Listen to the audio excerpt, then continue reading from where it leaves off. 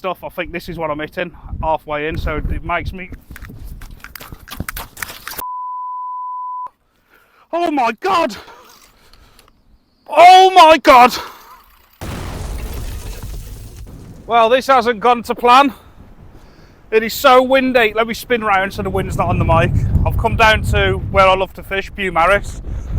Just picked up some nice squid up. I've heard there's a few fish around. And the wind is coming down the straits from Puffin Island and straight down the straits. It's about 45 minutes till low tide now, and I like to fish the flood. I'm thinking, where can I get on the straits now? If I go, there is places I can go, but not in the time scale that I need to be done and be back. So it's like, it's a bit of an emergency. I think I might be able to go down to by the Gazelle, and you got the ramp there. I think I might be able to drop down the side of the ramp. It's about a half a mile that way. I think that's going to be the plan. I don't know. I've got Big Lily with me. She's down there. Yeah, this is not happening.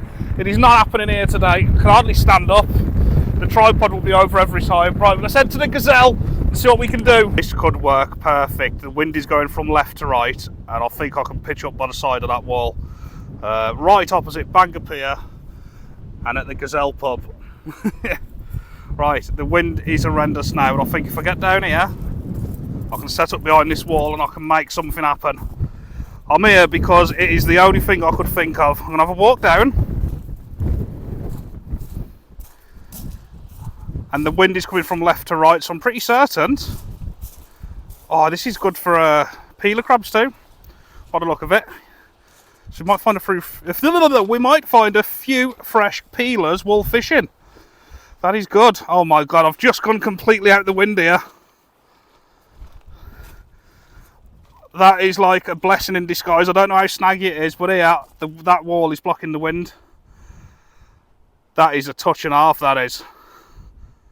That is like, you know, cheers wall. Good one. Alright, let's go and get the stuff out the car. Let's get fishing. Maybe we've been put here for a reason. This is probably one of the only little windbreakers on the straits now. Yes! I hope it's not a snag pit out there. Right, let's give it a go. So here I am. I'm just going to start off with one rod. It's actually really comfy. You can see the wind coming around the corner, look. But where I am, there's just like the slightest little breeze.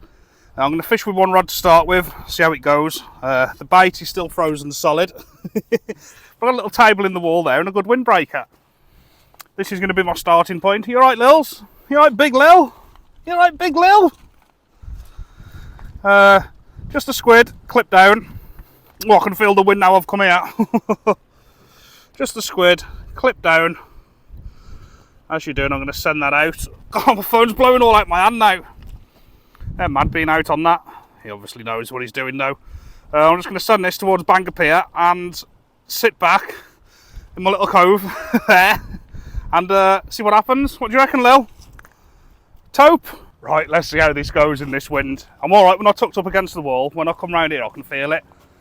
I got out the car at Bareis, set the tripod up, put the rod on it as I was about to tie a rig on, and the lock's gone over. I was like, no, get it in the car. They're like 35 and 40 mile an hour gusts. It's not ideal, but it's not bad conditions. It's blowing up a little bit, and there's a bit of overcast, a bit of a drop in pressure and all that. So yeah, it's not really bad fishing conditions. So I'm going to get one rod in first. That is one massive loop in the line. Feed it off so it drops down. I think it's just going to be a one rod job today, you know. I don't want two rods doing that and blowing everywhere. That's going to be too much. Too much for my brain to cope with. Well, let's tighten up a bit. We have a bow in the line which is going from one end of the Menai to the other. The wind's blowing that way, but the Menai's running that way, so you're going to have effectively an underwater bow that way, then on top of water bow that way, if you know what I mean, like a big S shape. Okay, that's not too bad. If that stays like that, it's not too bad. I will set the clutch just in case. You never know. You never ever know, dear. I'm going to take cover behind this wall. Yeah, it's going to be fun, this is. This is what you call up against it. I'm hoping it's not too bad. I don't know if I'm in 2 foot of water or 200 foot of water. It felt pretty deep because I kept loosing line off till it finally went slack, but it could be just the wind taking the line and the lead being pulled around. This is one of them. I'll learn as I go on. I'll know more within the next half an hour, 45 minutes. That is all I can do. This is a plate by ear thing. See if we can pull something out. As you can probably see, I've got the other rod out now. That's because the left rod is surprisingly holding perfect. Now, that's either because it's in a snag or I've not hit the channel, so it's not good. I'd have liked it to have moved around a little bit, to be honest. But it stayed towards the pier. It's been in there 10 or 15 minutes. The right rod I've sent sort of at 2 o'clock angle that way. And they're both out there. I am going to have a look for some peelers soon, because I know you do get a couple of peelers here. And I know you can get some bass around here. I know a few people that have had bass up and down this bit, not directly here, but all around here. And to be honest, this time of year, the Straits is full of bass anyway, isn't it? I'm going to show you, I'm going to catch loads in this video. But yeah, I'm going to give them 10 minutes, and then I'll show you when I'll bring them in. You know, it's a good mark in the wind if it's clearish ground and there's a few fish here. When there's a strong, I think we're on a northeasterly, you can actually tuck up behind this wall, and vice versa. If it's going the other way, you can go the other side. So this is a mark that you can fish in pretty high winds, but is it any good? I don't know. I do not know. I'm sure I'm going to find out soon. But I'm going to give them literally 10 minutes and check. I don't really want to be losing loads of gear here, because the rigs I've brought, I thought I was fishing where I know, where there's not many snags. So every rig I've got is, you know, Gemini splashdowns and loads of stuff on them. They're not cheap rigs to lose every cast, put it that way. If I knew I was somewhere like this, I'd have probably chucked a couple of basic runners on, sent them out, and if it snaps, it snaps. But yeah, we will see. I'll give them 10 minutes and we'll have a little look. Well, I just flipped the first little rock. Look at that for a softie. That is so soft, that is. Nice big softie. If all else fails, I might just take me a bit of bait back. But that's going on next cast, that's for sure. Give them 10 minutes, get that in the bait box. That is as soft as they come. That's only freshly peeled, that has. Yes, that was underneath a big male. Flip the rock over, it's in the big male. Obviously the peelers and the females or whatever, the males will grab onto them and hide them. So I flipped him over, she's underneath him. Oh, imagine if it works. We ended up here by mistake. You know, we've found a lucky crab, chucked it right onto the top of a big bass or something. You just never know, do you? It's kind of exciting. I just hope there's no snags. Don't mind spending a few hours trying to get that one bite, you know, but when it's snagged every time, I don't know. You never normally see people fishing here. That's what's putting me off. If it was good, there'd be people here all the time, wouldn't there? Anyway, she's going in the bait box. See if I can find some more. Well, I'll get it as long as I can. I've got to do it. I've got to bring them in. I'm going to tighten up, lift up and reel as fast as I can. Hopefully there's no snags. We're dead on low water now.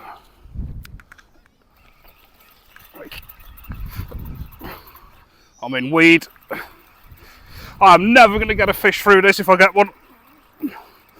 If the other rod's clear on the right, I'll send them both to the right then. It is just weed though, and it is coming. Ah, oh, it's not fun. This is not going to be fun. This is not going to be fun. Is that a massive crab?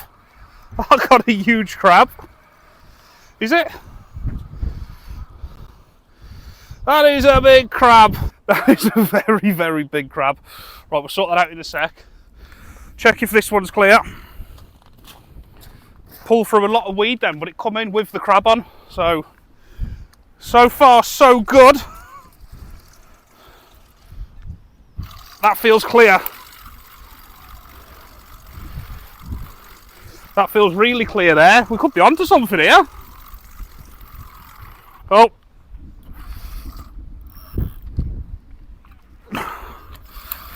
We're over it, whatever it was. We're over it, come on. Well, we got both rigs back. We got both rigs back. That's the main thing, both rigs are back. So the crab is ready. And what I've done is I just like to nip the little pointy bits around the shell so it lets the juices come out, look.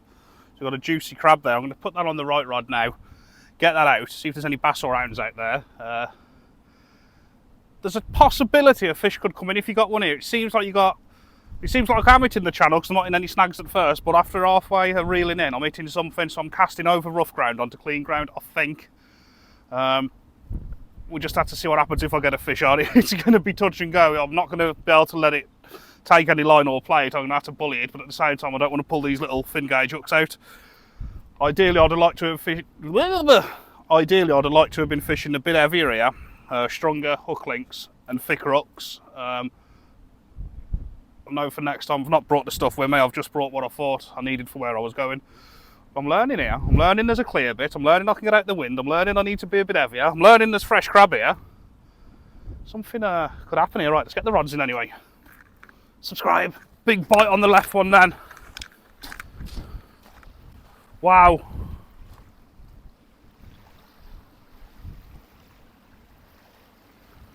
That was one big slow pull down on the squid. One really big pull down. Yeah, look, he's slackened. He's just slackened off. Come on. Yeah, bouncing. I think there's something on that left one. It was one massive pull down just off camera. Like a big pull down.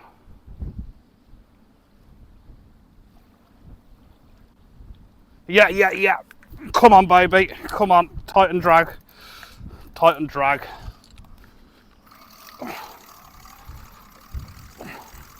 No. No. Right, get it above. Get it back out. No. Oh, you got to be kidding now. No. Come on, get over. Let's get this stripe back out. Right, I'm going to start baiting some snoods up now. I wasn't going to start baiting any snoods because I didn't know if anything would happen. I wish I had one baited up to put on now. Off camera, that rod just went, the first bite went, and then pinged back up. Squid has been smashed. Right, get this stripe back out, pre-bait some snoods. Ah, you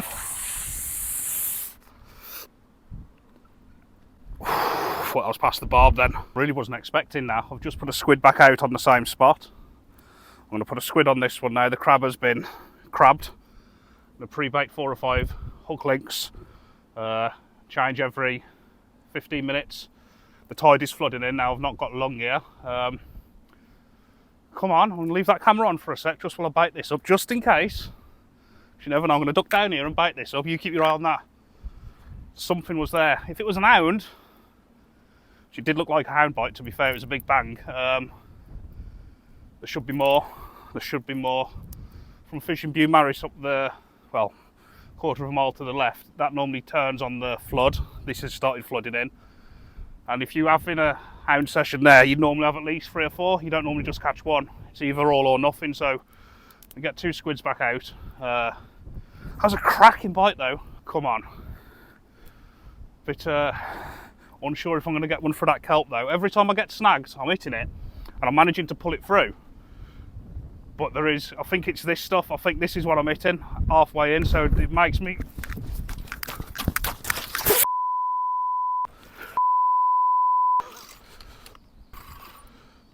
Oh my God, what have I got here?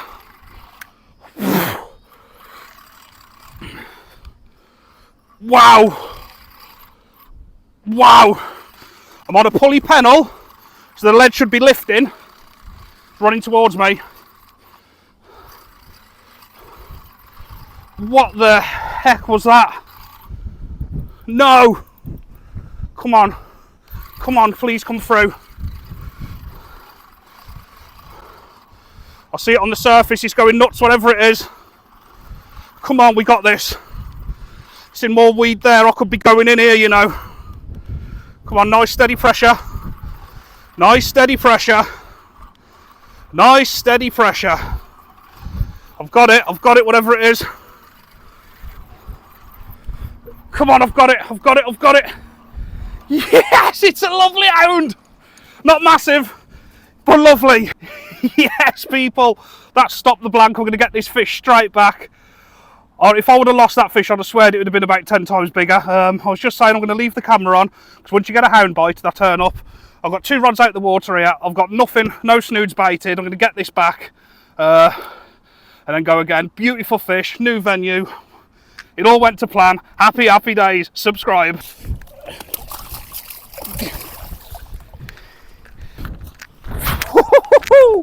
Right, this could be a new place for me to fish. Imagine a bigger tide with no wind when you can get right out onto that clearer bit. That fish has completely bent the hook. Look at this. This happened in the fight. I'm using fin gauge hooks because I didn't expect to be fishing rough ground. It's completely straightened it out and then lost that fish.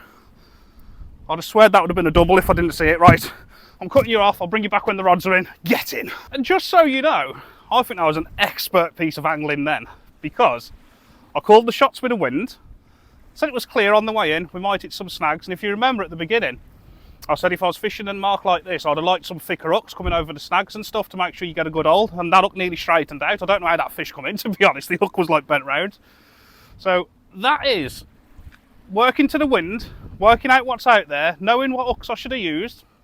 I'm going to give myself a pat on the back for that, and you've got to subscribe for that. It's a good way to end that plank run. They're both in with squid on again. I have found a couple of more heavy duty snoods now with 2 bigger hooks on. If it was clean ground, I'd be happy to keep using what I'm using with the snags. You know, these are pretty beefy hooks and it's heavier snood as well, so I'm going to bait a couple of heavier ones up. Go again. Yeah, that was away again then. I even managed to get the other squid on that snood then. Did you see that? That was a slow pull down then again. Right, let's hang this snood up. Literally haven't even managed to get the bait on it. It is, as one would say, starting to kick off. Seems to be the left rod. All 3 bites have come casting towards the pier. It's definitely a bit of a slow pull down then though on that. It's left it. I need to investigate that bait in another 5 minutes. Oh, it's so good to get out, you know. Here we go. Here we go. Don't know what to do with this snood. I'm going to have to hang it on there and wait by the rod. And okay, so I get one of them big whack overs again. Something giving it a bit of a whirl, isn't there? That was some bite for a little fish, wasn't it? And these are 15-foot Penn Prevails. They're not little or light rods. They're pretty bloody heavy. I really don't want to miss a thing. Got to capitalise on the fish while they're there, haven't you? I might send both rods that way now. Mine's when we carp fishing days, you know, you got the carp feeding on one spot and you put 2 rods on one spot.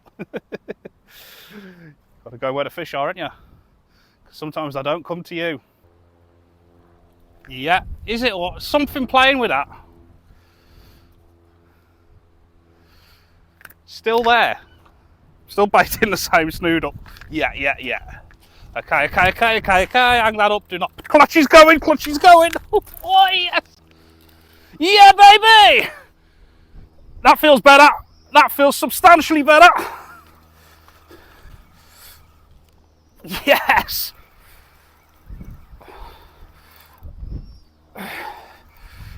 Come on, keep coming. It's coming towards me. You just keep coming towards me. Make it easier for me. There's that snag again. Now we've got to keep pumping. I think we're over it. We're in it. Come on, it's coming. Could do with a fish getting on the surface now for this thick weed. I hope that other rod don't go or we're in crap street. Here we go. What do we have? There it is on the surface. Come on.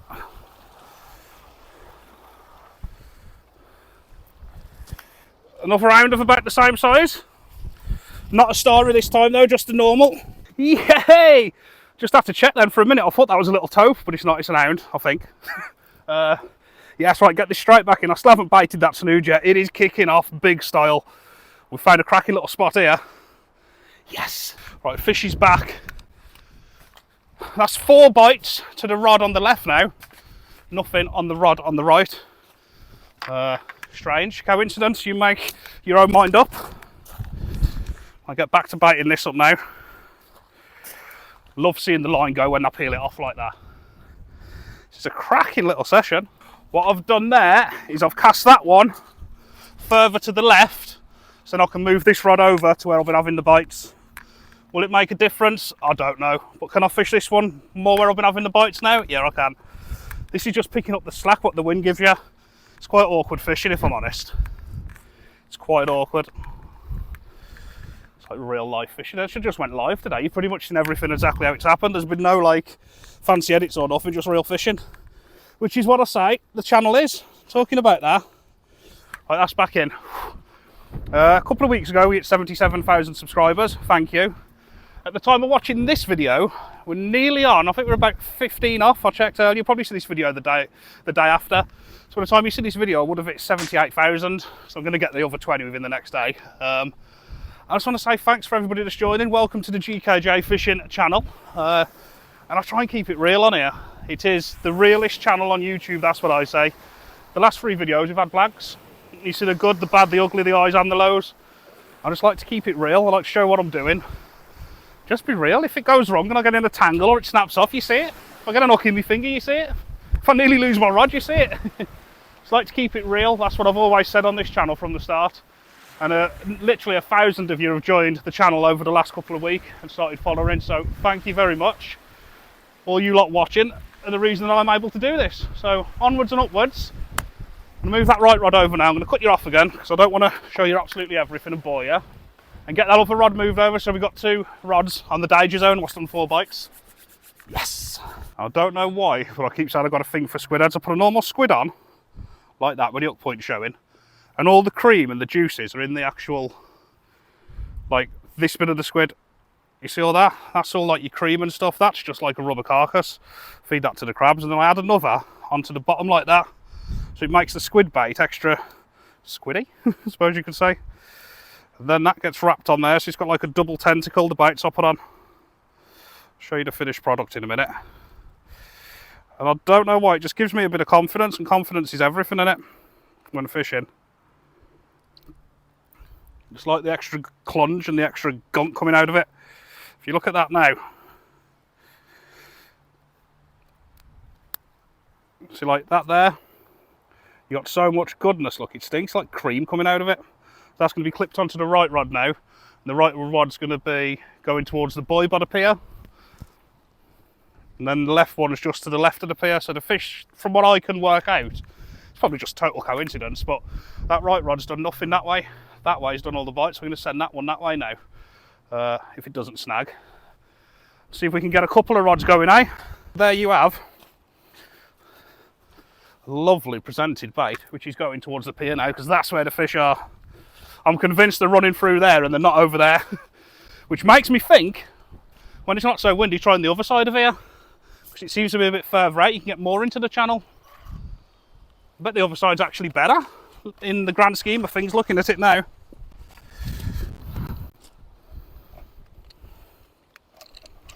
So hard to cast in this side wind.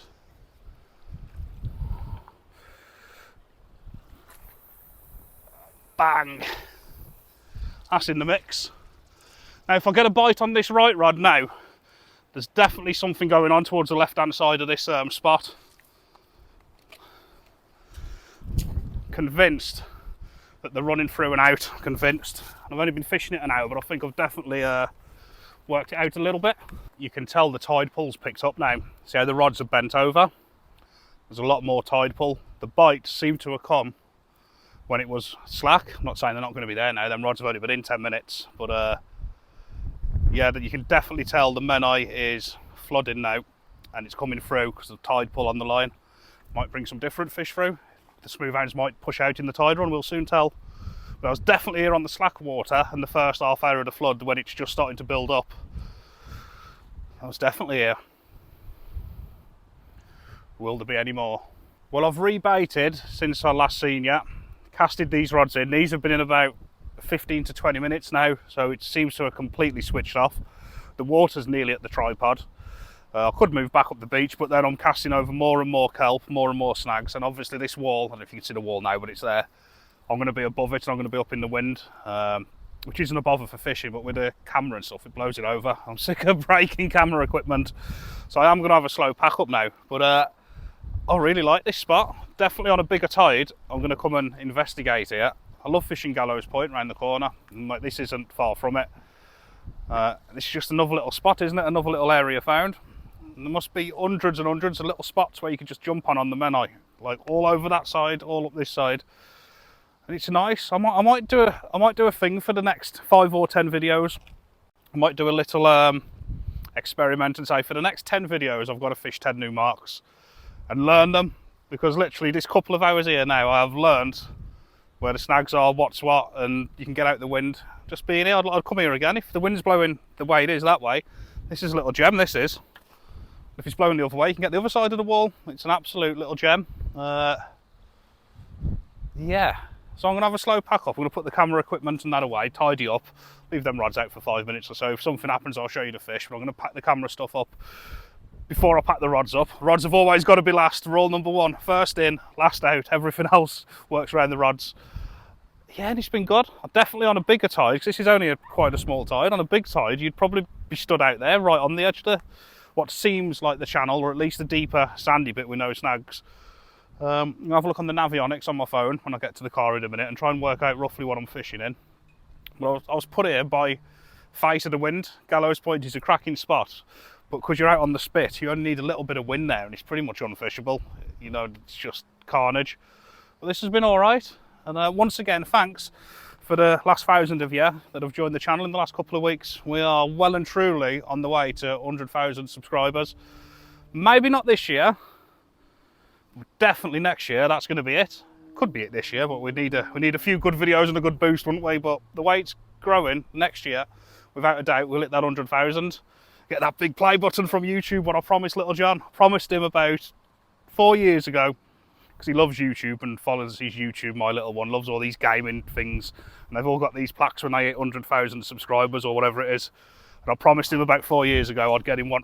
And it's coming next year, son. If you're watching this, you can have it. You can have it on your shelf in your bedroom. You'll have that play button. It's coming.